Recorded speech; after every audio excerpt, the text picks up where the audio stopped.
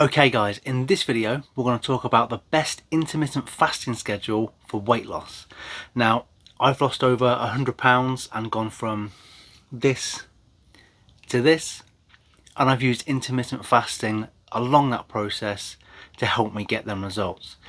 So today we're going to talk about the best intermittent fasting schedule for weight loss. I'm Steve, this is Life at the White House. Let's get into it.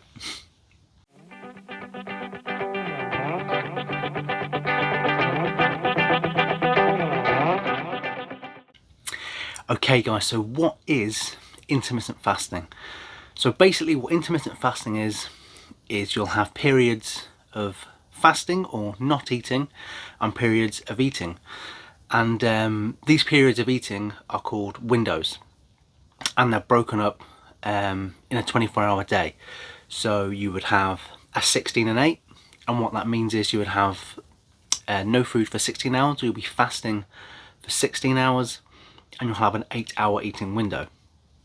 That's a 16 and 8, and then it just progresses like that. So a 20 and 4 would be you'd fast for 20 hours of the day, and you'd eat or have an eating window for 4 hours of the day. And that's a 20 and 4, 24 hours in the day. 16 and 8, 16 and 8, that's 24. So that's how it's split up. Or you can have OMAD, which is 1 meal a day, which is not something for beginners, but it's another style of intermittent fasting. And then you can have alternate day fasting, which is where you have no food on one day and then you eat the next, so it's alternate days. So that's what intermittent fasting is. Now out of all of them, let's discuss what I think is best for a beginner, and what I did when I was a lot bigger. I think in that picture I'm over 300 pounds. And let's discuss where I started and what I think is best for you if you're thinking about starting this.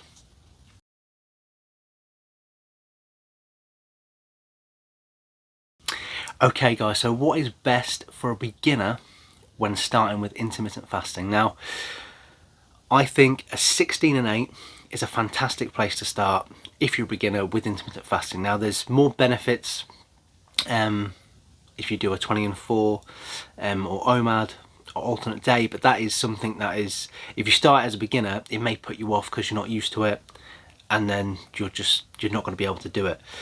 Which brings me on to my next point, that consistency with this is key.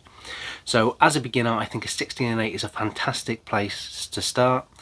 You've got to be noticing some changes. It's going to stop you from snacking all throughout the day, and then you're going to have that 8-hour eating window, and within that 8-hour eating window you're maybe having 2 or 3 larger meals, and that's going to eliminate you snacking throughout the day and eating anything that you can get your hands on, like I used to.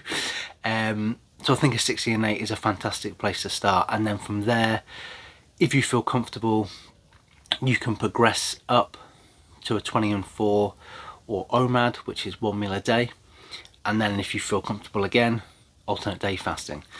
But again, consistency with this is going to be key. I mean, it's much better to do a 16 and 8 intermittent fasting schedule continuously, rather than doing a 20 and 4 for a week and then giving up because it doesn't fit your lifestyle, and then you're just back to eating whatever then. So as a beginner, I think a 16 and 8 is a fantastic place to start.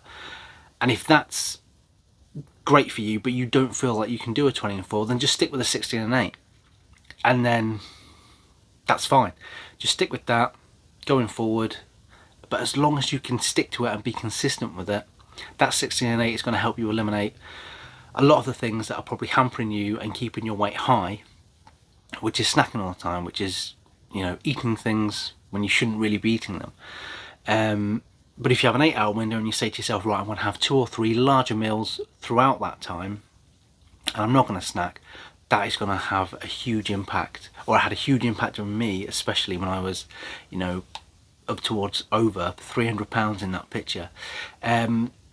So yeah, if you're a beginner, I would recommend a 16 and 8, but consistency is key. If you can do a 20 and 4, then do a 20 and 4. But